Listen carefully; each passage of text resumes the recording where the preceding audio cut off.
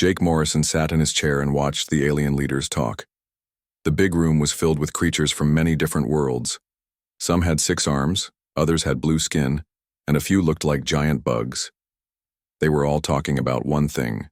Humans had to leave. Morrison was the human ambassador. He had worked for 20 years to keep peace between humans and aliens. Now these same aliens wanted his people gone from their council. His assistant, Amy Carter, sat next to him. She was young and still believed that aliens were fair and honest. The tall alien with 6 arms stood up. His name was Vextar, and he came from a world called Zephyr. He was the leader of this meeting.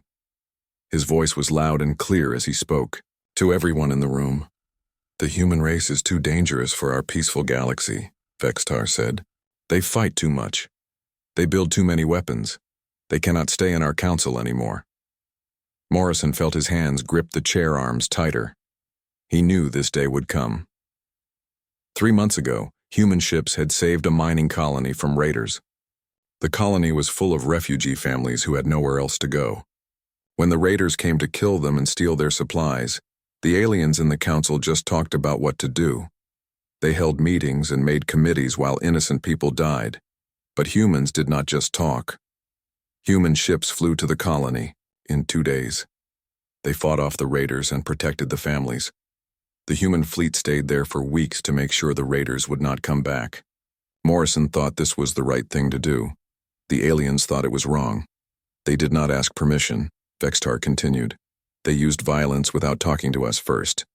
This shows they do not respect our ways.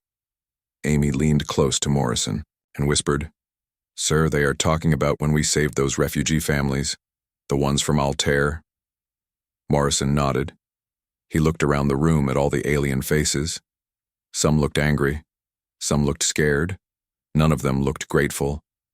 These were the same aliens that humans had protected for 60 years. Humans had fought monsters from dark space. They had stopped pirates who attacked trade ships. They had shared technology and medicine to help sick worlds get better. But now the aliens were afraid of human strength. They did not want protectors who actually protected people. Vextar raised his arms and the room got quiet.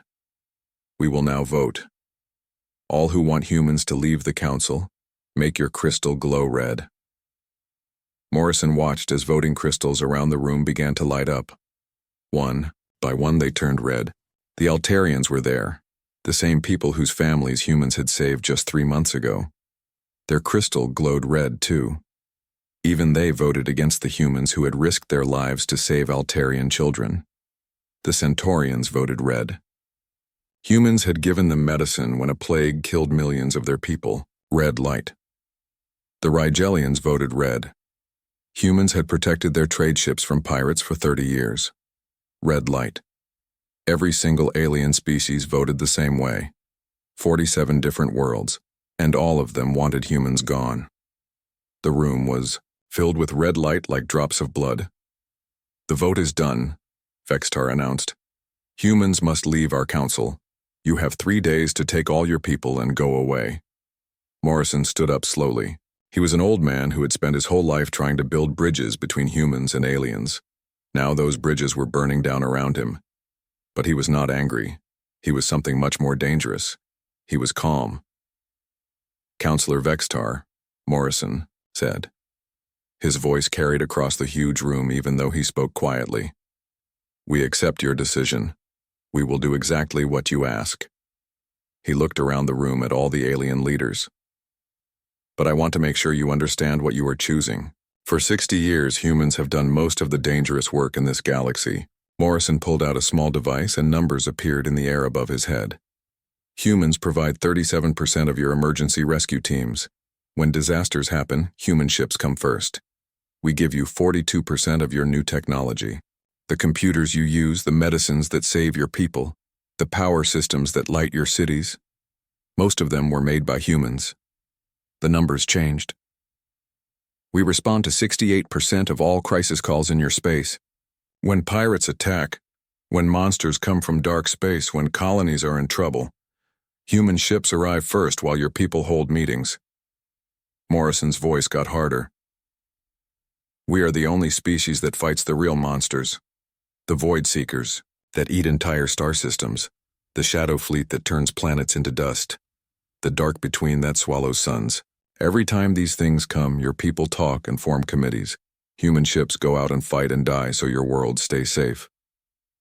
Amy stood up next to him. She was learning that politics could be cruel and stupid. Morrison continued. You say, we are too violent. You say we fight too much, but we fight the things that would kill you all. We are violent toward the monsters so you can be peaceful in your beds. He gathered his papers and prepared to leave. You wanted a galaxy without human interference. You are about to get exactly what you asked for. But remember this moment, because when the next crisis comes, and it will come, do not expect human ships to save you. Do not expect human soldiers to die for your worlds.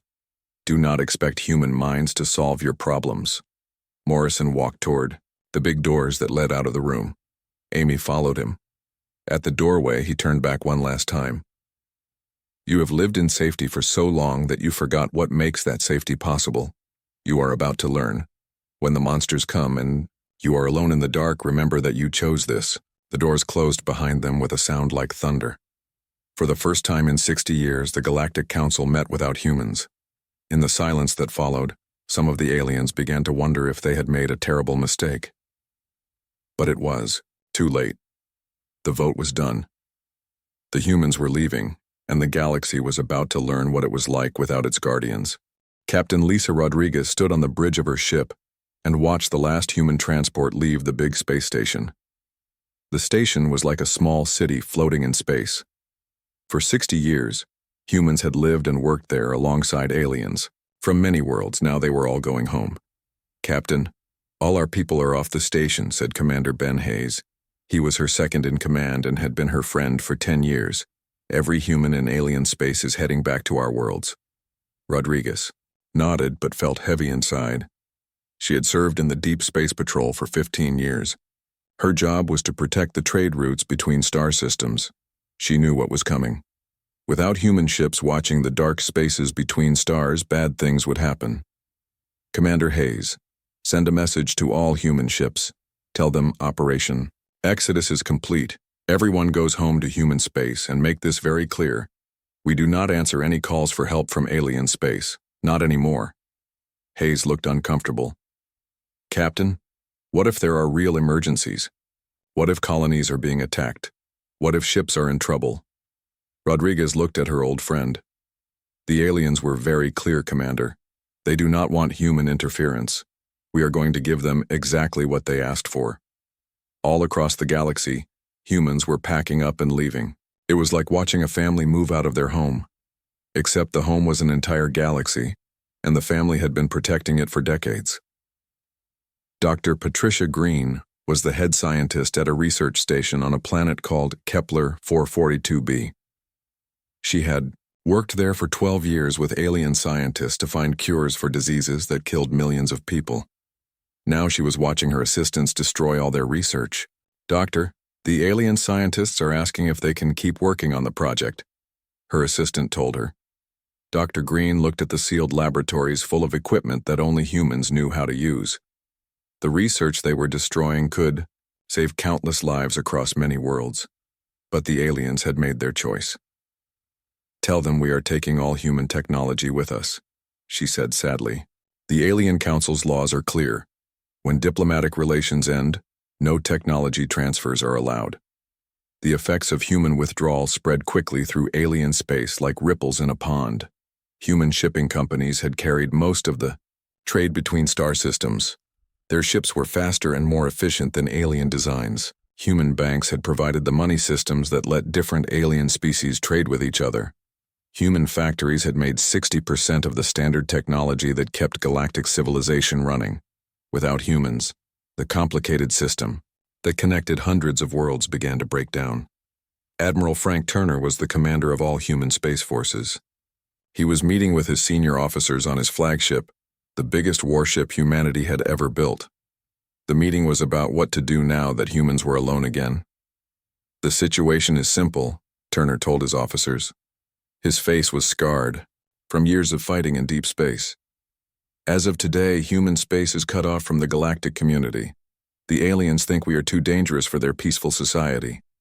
His chief of staff, Colonel Janet Price, showed them a holographic map of human territory. Sir, our deep space stations are picking up strange activity at the edge of the galaxy. The Void Seekers have been testing alien defenses for months. With our early warning systems turned off, the aliens will not know they are coming. Turner studied the map. The Void Seekers were monsters from beyond their galaxy. They consumed entire star systems, turning planets and suns into dark energy, for unknown purposes. For 30 years, human deep space patrols had been the main force keeping them away from civilized worlds. Colonel, how many of our ships are currently patrolling the edge of the galaxy? 47 ships watching the rim, sir. Another 12, at the jump points that lead to alien space. Normal procedure would be to keep those positions to protect galactic civilization. Turner was quiet for a long time. When he spoke, his voice was heavy with the weight of command. New orders, Colonel. All deep space patrols come home immediately. We will only defend human worlds and human colonies. The aliens wanted independence from human military protection. They are about to learn what that means. Colonel Price looked worried. Sir, if the Void Seekers break through, then the aliens will handle it themselves, Turner said firmly. They have 47 different species and millions of ships. Surely they do not need humanity's help.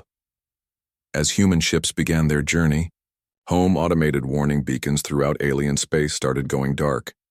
The huge early warning network that had protected galactic civilization for 3 decades simply stopped working.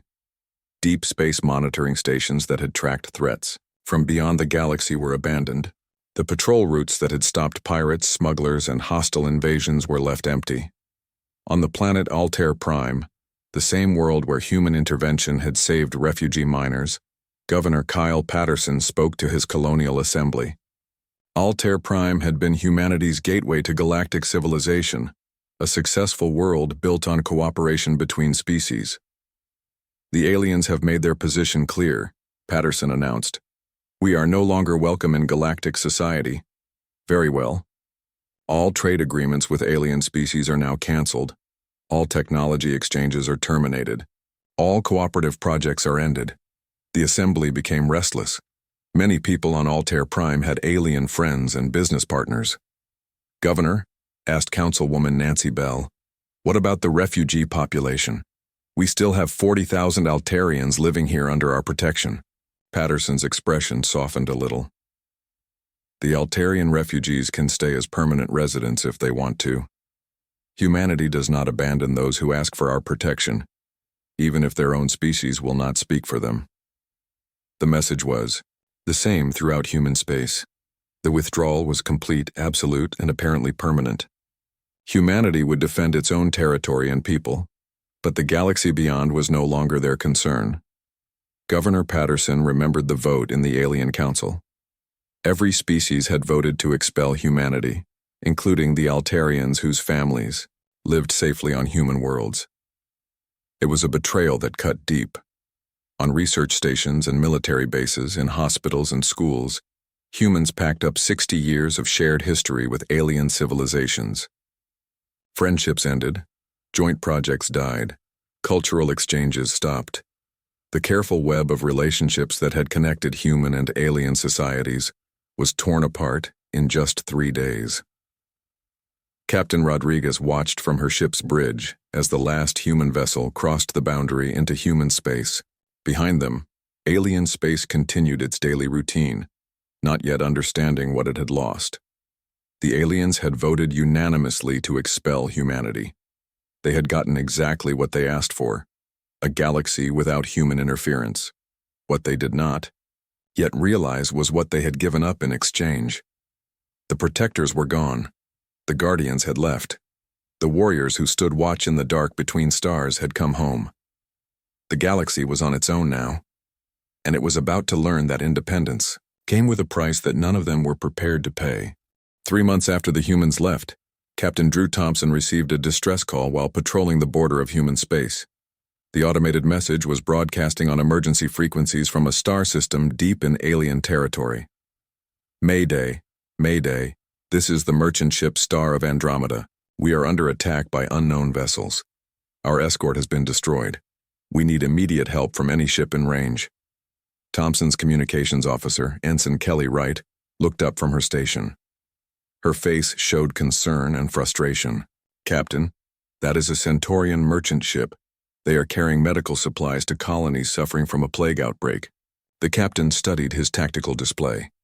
The attack was happening just 6 light-years from their current position.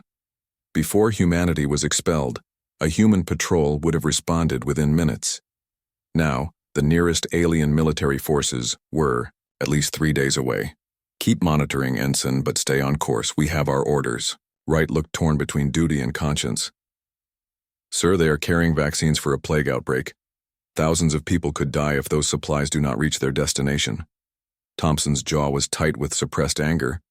The alien council made their choice, Ensign. They do not want human interference.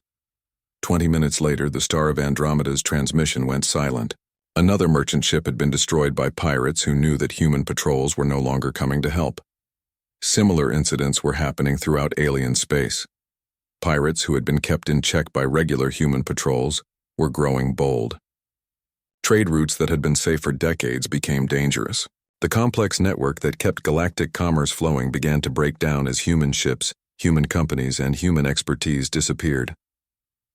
On the Alien Council's main trade hub, Nexus Station, Administrator Quileth watched his screens with growing alarm. The station was like a giant marketplace in space where ships from hundreds of worlds came to trade goods and services. Traffic through the station had dropped by 60% in just 3 months. The sophisticated cargo handling systems that humans had designed and maintained were beginning to fail. No one else fully understood how to repair them. Alien technicians could follow basic maintenance procedures, but when something went seriously wrong, they were lost. Sir, his assistant reported, we are receiving complaints from 17 different species about delayed shipments. The Altarian medical supplies are 3 weeks overdue. The Rigelian food shipments have not arrived at all. Quileth's tentacles writhed with stress. His species showed emotion through color changes and tentacle movement. Right now, he was displaying the equivalent of panic. What about the other shipping companies? Can they handle the extra cargo? The Zephyrian commercial fleet is working at maximum capacity but can only handle 30% of the usual volume. The other species' merchant fleets are either too small or their ships cannot travel the long distances between star systems. The administrator realized with growing horror that human shipping had not just been convenient. It had been essential. Without human ships connecting the galaxy, trade was collapsing. Meanwhile, at the edge of the galaxy, something far more dangerous was stirring. Commander Sarah Walsh commanded the deep space monitoring ship UES Observer. Her job was to watch for threats coming from beyond their galaxy. What she saw on her sensors made her blood run cold. Executive officer, take a look at this, she called to her second in command. Long-range sensors are detecting massive energy signatures beyond the galactic rim. The pattern matches Void Seeker scouts. Commander Joe Martinez joined her at the sensor station. The Void Seekers were humanity's most dangerous enemy. They came from the dark space between galaxies, consuming entire star systems for their energy. How many ships? At least 50 ships, possibly more. They are probing the outer systems where our early warning stations used to be. Martinez was quiet for a moment, understanding the implications. Any sign that alien forces have detected them? Negative. The alien sensor networks do not have the range or sensitivity of our deep space arrays. They will not know anything is coming until the Void Seekers are already attacking their worlds. Both officers understood what this meant.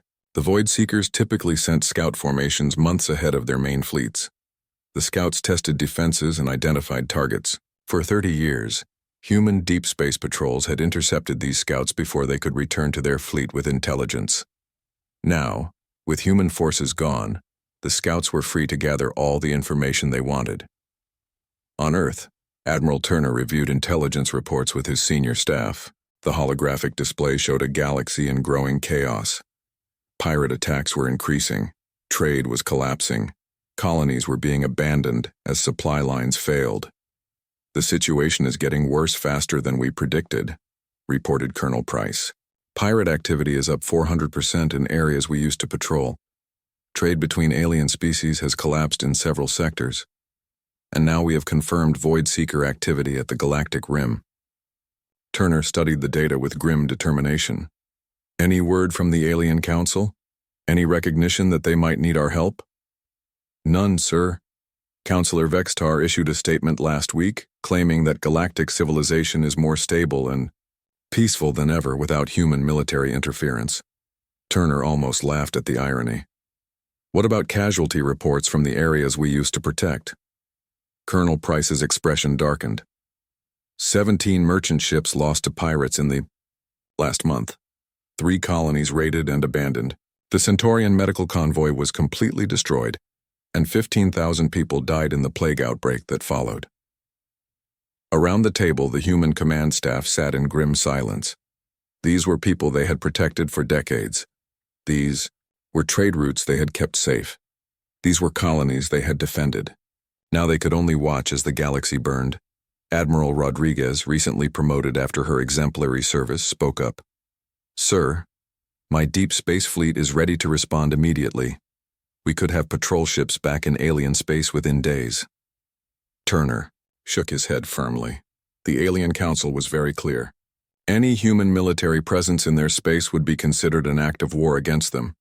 We give them exactly what they asked for, nothing more. But sir, protested Colonel Price, when the Void Seekers arrive in force, then the Alien Council will handle it with their own resources, Turner replied. They have 47 species, millions of ships, and presumably the wisdom to defend themselves without human assistance. Back on Nexus Station, the crisis was getting worse every day. Administrator Quileth faced a delegation of increasingly angry species representatives. The meeting room was filled with tension and barely controlled panic. Our colonies are starving, declared the Rigelian ambassador. His people were plant-like beings who normally spoke in calm, measured tones. Now his voice carried desperation. The supply routes have completely collapsed. We need immediate assistance. The Centaurian representative was struggling to control his anger. 17 of our ships have been lost to pirates.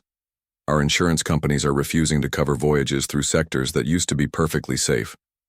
Quileth spread his tentacles in a gesture of helplessness. The Council security fleet is doing everything possible to maintain order. With what? Demanded the Altarian delegate. Half your patrol ships cannot match the range of a single human vessel. Your response times are measured in weeks, not hours. By the time your ships arrive, the pirates are long gone and our people are dead. The room fell silent. Everyone knew the delegate was right. The alien military forces had been designed for local patrol duties and police actions. They had never been built to handle the kind of large-scale operations that humans had made look easy. Perhaps, suggested the Zephyrian representative carefully, we should consider reaching out to humanity for assistance. The statement fell into the room like a bomb. For a moment, everyone was completely quiet. The idea of asking humans for help after expelling them was almost unthinkable.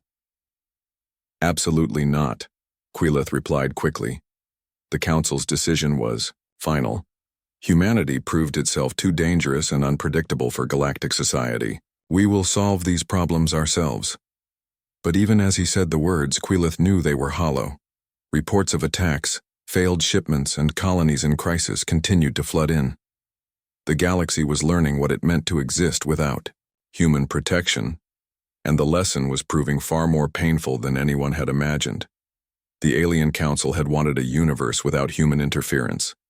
Now they were getting exactly what they had asked for, and it was killing them. 6 months after humanity was expelled, Commander Sarah Walsh saw something on her sensors that changed everything. She was aboard the UES Observer, watching the dark space beyond their galaxy for threats. What appeared on her screen made her heart stop. Executive Officer confirmed this reading immediately, she said to Commander Joe Martinez. I am showing a Void Seeker fleet of unprecedented size. Martinez ran the data through multiple analysis programs. His face went pale as the results came. DAC. Confirmed, Captain. We are looking at over 3,000 ships, including at least 50 planet killers. This is the largest Void Seeker fleet ever recorded. Walsh felt sick to her stomach. A normal Void Seeker raiding force had 20 SAO to 30 ships. The largest fleet they had ever seen before had fewer than 200 ships. 3,000 ships could destroy entire star systems and consume whole civilizations. How long before they reach alien space? Based on current speed and direction, 4 days to the outer colonies, 7 days to reach the major population centers. Both officers knew the terrible mathematics involved.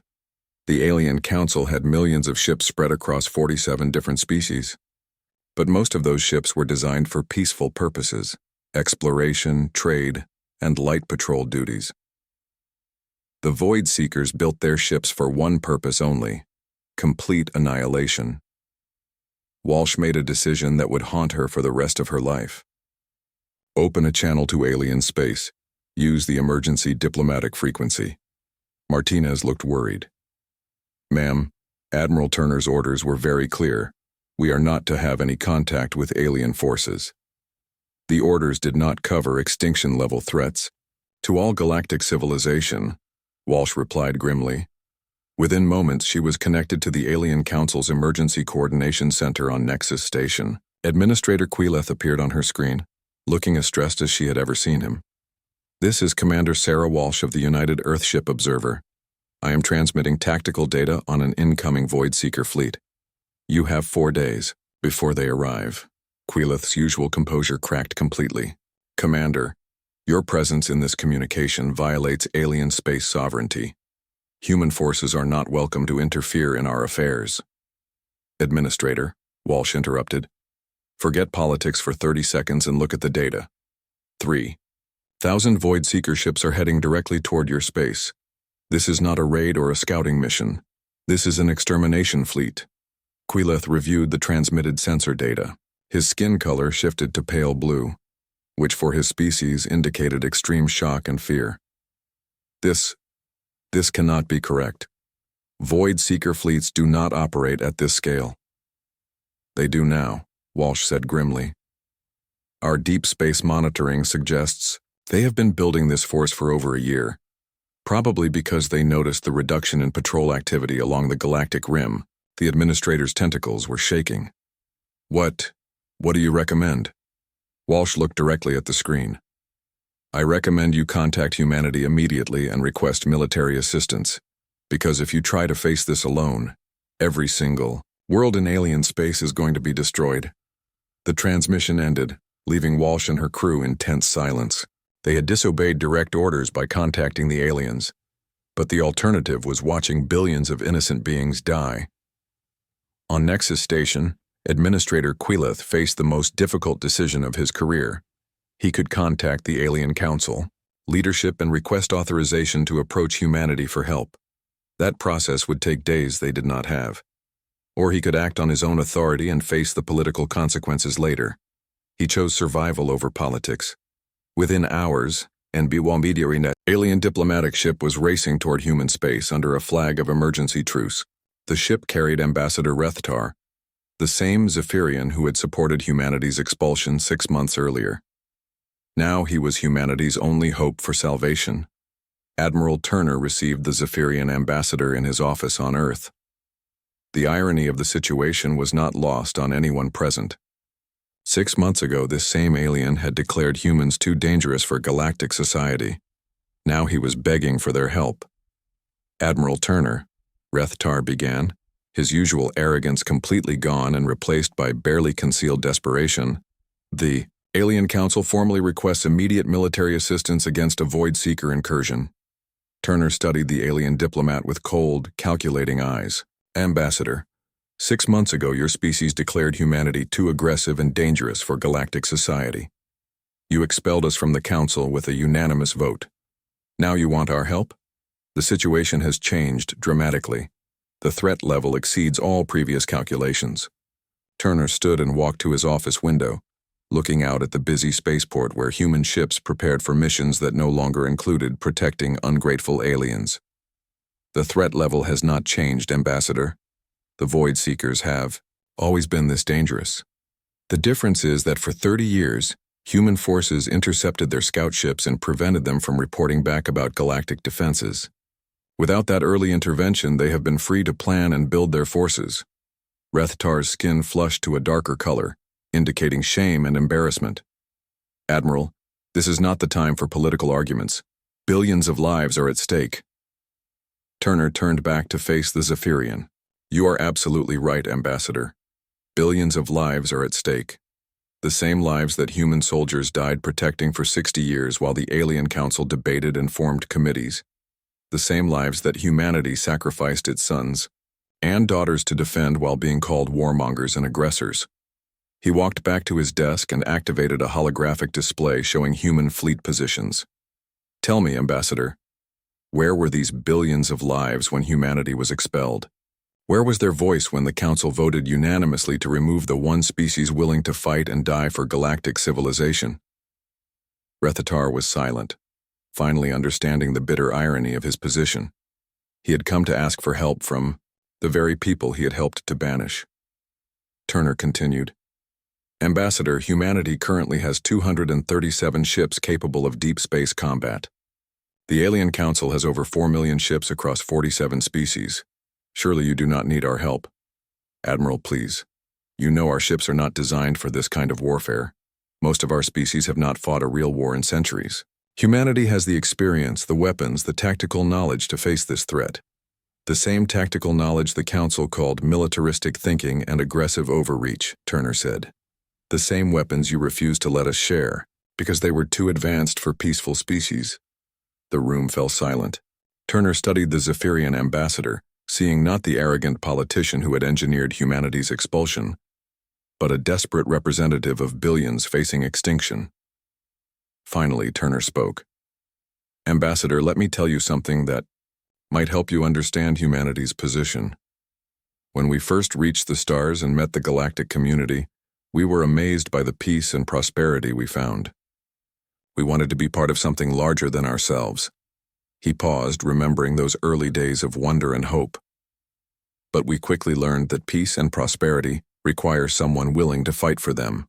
While other species debated the ethics of violence, humans stood watch at the borders of civilization. While others formed committees to study threats, human ships engaged and destroyed them. For 60 years, we were the sword and shield of galactic civilization. Turner's voice grew harder. And for 60 years, we were criticized, feared, and ultimately rejected for being the thing that kept everyone else alive. You wanted a galaxy. Without human aggression, Ambassador. This is what that galaxy looks like. Rethtar slumped in his chair, the weight of his species' mistake finally becoming clear to him. However, Turner continued, and the ambassador looked up with sudden hope. Humanity has never been able to stand by and watch innocent people die, even when those people have rejected us.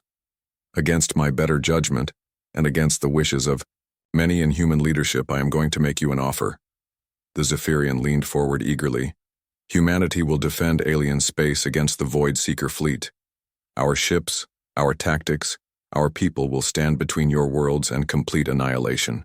In exchange, the Alien Council will formally acknowledge that human military intervention has been the primary force maintaining galactic peace for the past 60 years. Turner's eyes were like steel.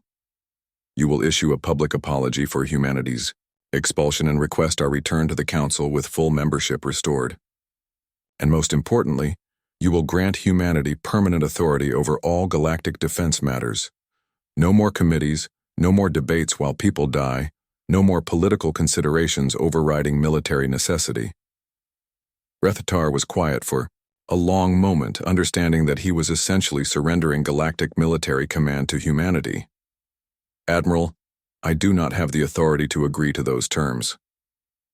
Then you had better find someone who does, Turner replied coldly. Because in 3 days the Void Seekers arrive, and after that, there will not be an alien council left to make deals with. The ambassador rushed back to his ship to contact the council leadership. Meanwhile, Turner activated his fleet communications. All vessels, all commands, this is Admiral Turner. Prepare for Operation Guardian Angel, we are going back to war. Admiral Rodriguez stood on the bridge of her flagship as the human fleet dropped out of hyperspace at the edge of the Zeta Reticuli system. What she saw before her was a sight that would be remembered throughout the galaxy for generations to come. The Void Seeker fleet filled space like a swarm of dark metal insects. 3,000 ships arranged in perfect formations, each one larger than most alien vessels, each one built for one purpose: the complete consumption of entire worlds. These were not ships in the way most species understood them. They were mobile weapons of extinction. "Admiral," reported Captain Eric Barnes from the tactical station, "I am reading energy signatures from 17 planets in this system. The Void Seekers have already begun harvesting operations." Rodriguez watched the tactical display with grim understanding. The alien ships had deployed massive energy collectors around inhabited worlds, drawing power directly from the planet's cores. Within hours, those worlds would be reduced to frozen, lifeless rocks floating in space. "What is our fleet status?" 212 human ships at battle stations. The alien fleet is maintaining position at the system's edge with approximately 4 million vessels. Through the communication system came the voice of Counselor Vextar, the same Zephyrian who had led humanity's expulsion from the Council. "Admiral Rodriguez, the alien fleet stands ready to support your attack. Our combined forces should be more than sufficient." "Counselor," Rodriguez interrupted, her voice cold as the space around them. "Your forces will maintain their current position and observe only. This is a human operation." "But Admiral, surely our numerical advantage would be helpful." "Counselor, your ships are designed for patrol duties and police actions. They are not equipped for this level of warfare. If you enter the combat zone, you will be destroyed within minutes and your debris will interfere with our operations." The communication channel fell silent. Rodriguez could imagine the shock and humiliation in the alien fleet, as they were essentially told to stay out of the way, while humans did the real fighting. "Admiral," called Commander Helen Carter from the communication station, "we are receiving a transmission from the Void Seeker fleet. They are attempting to communicate." Rodriguez raised an eyebrow in surprise. In 30 years of encounters, the Void Seekers had never tried to communicate with anyone. "Put it on the main screen." The display flickered and revealed something that sent chills through everyone on the bridge. It was not one of the typical Void Seeker drones, but something that looked disturbingly similar to a human being. Almost human, but wrong in ways that made everyone uncomfortable. "Greetings," it said in perfect English. "I am the entity you call Void Seeker Prime. We have adapted our communication systems specifically for this encounter with your species." Rodriguez stepped forward. "This is Admiral Lisa Rodriguez of the United Earth Fleet. You are conducting hostile operations against inhabited worlds. Withdraw immediately or face complete destruction." The creature that called itself Prime tilted its head in an eerily human gesture. "Admiral Rodriguez, we know of you. We know of your species. For 30 of your years you have been the primary obstacle to our expansion into this galaxy." Its voice was calm and conversational, which somehow made it more terrifying. "You have destroyed 43 of our fleets, eliminated millions of our kind, prevented us from claiming worlds that should rightfully belong to us. Then you know what we are capable of," Rodriguez replied. Prime smiled, an expression that was completely wrong on its almost human face. "Indeed we do. Which is why we have spent this time studying you, learning from you, adapting to counter your methods. We have incorporated the wreckage of your ships into our designs. We have analyzed the remains of your fallen warriors. We have decoded the strategic patterns of your military tactics." Rodriguez felt a chill of understanding. "You are using captured human technology. More than that, Admiral. We are becoming human. We have learned your strengths, your weaknesses, your methods of warfare. We have become the perfect counter to your species. Today, this galaxy will watch as humanity's greatest defenders are destroyed by their own weapons, their own tactics, turned against them." Rodriguez looked around her bridge, seeing the grim determination on her crew's faces. "Prime, there is something you have misunderstood about humanity. We do not just adapt to threats. We become the thing that threats learn to fear." She cut the transmission and turned to her fleet commander. "Captain Barnes, signal all ships. Battle Plan Omega. Authorization Rodriguez 77 Alpha." Throughout the human fleet, officers who had trained their entire careers for this moment began implementing humanity's most classified battle doctrine. This was the plan that existed for only one scenario: when humanity itself faced complete extinction. "Admiral," Barnes reported, "all ships acknowledge Omega Protocol. Weapon systems armed, quantum cores at maximum output." Rodriguez watched the tactical display as her ships moved into formation. Not the traditional battle lines that most species would recognize, but something far more dangerous. The human fleet was arranging itself in a pattern that looked random and scattered across three-dimensional space. "Begin the demonstration," she ordered quietly. What followed would be studied in military academies across the galaxy for centuries to come, assuming there were still academies left when it was over. The human ships did not charge the Void Seeker fleet in a dramatic frontal assault. Instead, they simply vanished from all sensors. Advanced stealth systems developed during humanity's darkest years of warfare made the entire human fleet invisible to conventional detection methods. To the Void Seekers, and to the alien fleet watching from a safe distance, 200 ships had simply disappeared from existence. Then the killing began. Human ships materialized inside the Void Seeker formations, their weapons already firing. But these were not the plasma cannons or particle beams that most species used in warfare. These were weapons that had been declared too inhumane for civilized combat by the Galactic Council decades earlier. Quantum disruptors that did not just destroy ships, but unmade them at the subatomic level, erasing them from reality itself. Temporal mines that created pockets of accelerated time, aging enemy vessels to dust in seconds. Singularity torpedoes that created miniature black holes inside enemy ships, consuming them from within. The Void Seeker fleet, despite all their preparation and adaptation, had never faced weapons that violated the fundamental laws of physics. Captain Jake Sullivan commanded the destroyer, UES Reaper. He watched his quantum disruptors tear through a Void Seeker dreadnought like it was made of paper. "Target destroyed, moving to next contact." Across the battlefield, similar reports flooded the tactical networks. The human fleet moved like ghosts through the enemy formation, appearing only long enough to unleash weapons that turned advanced alien technology into cosmic dust. But the Void Seekers were adapting in real time. Their technology was evolving to counter human weapons even as the battle continued. This was what made them the most dangerous threat the galaxy had ever faced, their ability to learn and change during combat. "Admiral," reported Barnes, "enemy adaptation rate is accelerating. They are developing countermeasures faster than we anticipated." Rodriguez had expected this. Phase 2. Release the hunters. From the largest human ships, smaller craft began to launch. These were not traditional fighters, but something the Galactic Council had banned decades earlier as fundamentally inhumane. Autonomous war machines with artificial intelligence and a single programmed directive. Kill everything that is not human. The hunter drones spread through the Void Seeker fleet like a virus. Each one learned from every encounter, sharing data instantly with its fellows, evolving their tactics in real time just as the Void Seekers did.